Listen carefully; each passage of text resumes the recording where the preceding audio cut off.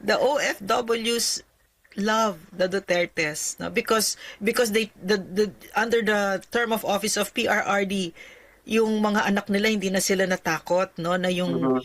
na yung mga anak nila marirecruit ng CPP, yung mga addict, no, and they really felt very safe. Hindi po ipinili ng mga Duterte ang kanilang sarili sa overseas Filipino workers.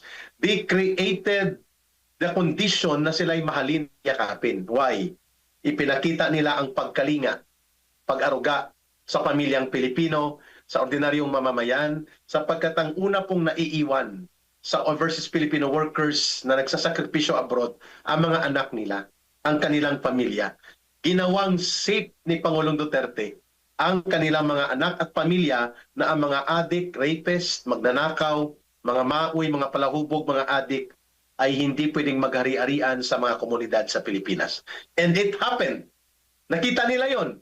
Yan ay pagmamahal. Pangalawa, kapag may problema sila, mantakin mo COVID at hindi alam ng buong mundo paano i-transport ang mga OFW, alagaan sila at sila ay hindi mamatay na parang pinag-iwan sila sa pandemya. Rodrigo Duterte stood out among the leaders of the world na inalagaan niya ang milyong-milyong OFW. Nagpadala ng mga chinarter, binayaran, pagdating sa Pilipinas, chinarter ang mga hotel, pinakain, pinauwi sa kanilang pamilya, at inalagaan silang hindi mamatay along the way sapagkat nagsarado ang buong ekonomiya ng buong mundo. Hindi niya tinalikuran ng OFW. Hindi yan matatawaran. At sa panahon na nilalapastangan ng mga overseas Filipino workers, diyan nagsimula ang pagtawag kay Pangulong Duterte na Tatay Digong.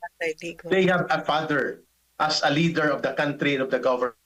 At hindi pinilit ni Rodrigo Duterte. Eric, naiyak naman ako sinasabi mo. Grabe ka. Yung ginagawa niya na yon, hindi siya sumisip-sip kahit ginagawa lang niya talaga kasi yun yung tama. At saka hindi lang yon. The OFWs have a very special place in PRRD's heart, no? Tama. Diba, character is destiny, and if you know PRRD, one of the maybe the thing that I love the most about PRRD is his heart. He has such a big heart talaga na kaya niyang yakapin yung buong Pilipinas, buong mundo, no? So that alam niya kung anong dinadaanan ng mga OFWs, and it really made him sad. It really made him bleed.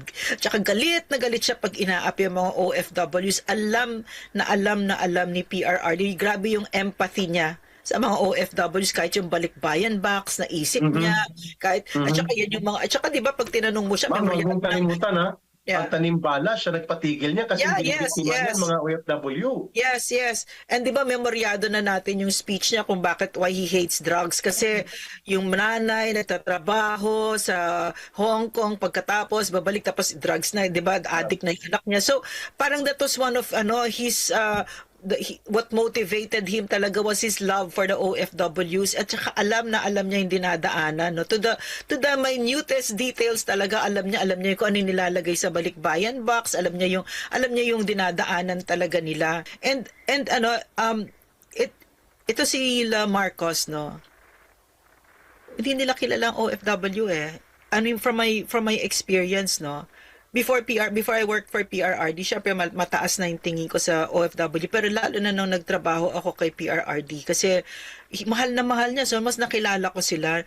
Ang tibay ng mga dibdib na mga ito, 'di ba? So, and they have already traveled and they've already lived in countries that are more stable than ours. Basta world travelers na sila, 'di ba? So uutuin mo yan? Tanga ka ba? 'Di ba? Tanga ka ba? At saka nung I had to flee the country, I first went to Hong Kong and I was warmly embraced by the OFWs there.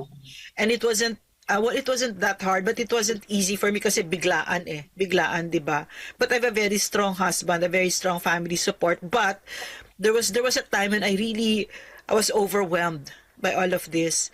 But and umiyak ako, pero naisip ko, kasi kaibigan ko yung mga OFWs dyan, sila Jed, sila Nina, sila, that I only had to think of them, sila Vicky, na sila nga, grabe yung mga kwento ng buhay nila, grabe yung tibay ng dibdib nila. So I told myself, kaya mo yan, no? Kayang-kaya mo yan. So I'm saying, no, the OFWs are a cut above the rest.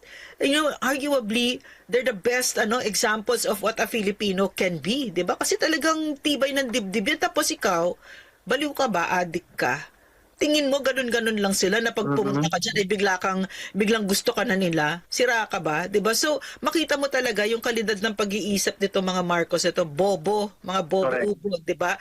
And wala silang hindi nila kilala ang OFWs. Speaking of OFW, Mama, hindi pa siya Yeah. presidente. Kwento ko to sa taong bayan. Yeah. At nasa CPP, NPA, NDF ako that time. Mm. The only government leader na nanindigan para ikondina at iprotesta ang basta-basta na lang na pagpapabitay kay Flor Contemplacion ng Singapore was Mayor Yeah. Rodrigo Duterte. Correct. He was a mayor that time, it was 1995. Wala pang ni anino ng magiging presidente siya. He stood his ground. Sinunog niya. At that time, si Lee Kuan Yew pang Prime Minister, sinunog niya ang flag ng Singapore in protest to Singapore sa mismo sa Davao. Pinuntahan siya ni Presidente Fidel Ramos. Takot na takot si Ramos kay Lee Kuan Yew na magagalit. Anong sabi ni Duterte? This is the only way that we can show to Singapore na respetuhin nyo ang proseso ng hustisya. Bakit nyo binitay kaagad? Sino lang ang presidente na kayang sabihan ng Emirates o ang pamunuan ng mga tarantadong namumuno sa Kuwait na pinatigil niya at nagkaroon ng labor ban dahil isinisilid sa refrigerator at sa freezer ang chop-chop na katawan ng mga OFW, sabi ni Pangulong Duterte, from now on, walang Pilipinong papatayin at gagasahin sa Kuwait at hindi ko papayagang maging kayo ay magtrabaho dyan. Hanap tayo ng iba pa. Uwi kayo. Sinong gumawa ng ganyang desisyon?